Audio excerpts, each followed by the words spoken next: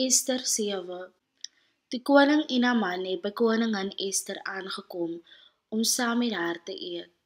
Terwyl hulle besig was om op die tweede dag wyn te drink, vra die koning weer vir Ester: "Wat is jou versoek, koningin Ester? Ek sal dit vir jou gee. Jy kan kry net wat jy wil hê, al is dit ook die helfte van my koninkryk." Koningin Ester antwoord toe: "As u majesteit my genadig wil wees, en as dit vir u reg is, dan vra ek u asseblief om my en my volk se lewens te spaar. Ek en my volk is verkoop aan hom wat ons wil doodmaak. Ons wil uitwis en van die aarde af wil wegvee. As ons maar net as slawe en slaawinne verkoop was, sou ek stil gebly het. Dit sou dan te onbenullig wees om die koning daarmee lastig te val." "Wie is dit wat so iets wil doen?" vra koning Ahasveros vir koningin Ester. "Waar is hy?" Ester antwoord toe: "Ons vervolger en vyand is hierdie slegte Haman."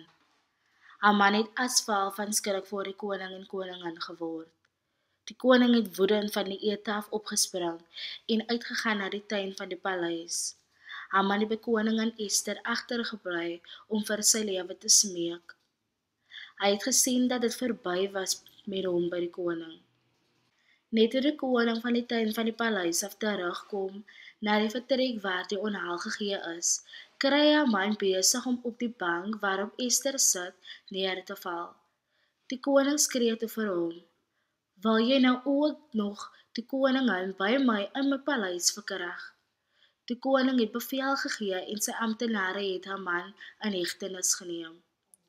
Garbona, een van die koning se amptenare, sê toe vir hom: "Haman het by sy huis 'n paal laat inplant van 23 meter hoog om vir Mordegai, wat destyds die koning gered het, daaraan op te hang."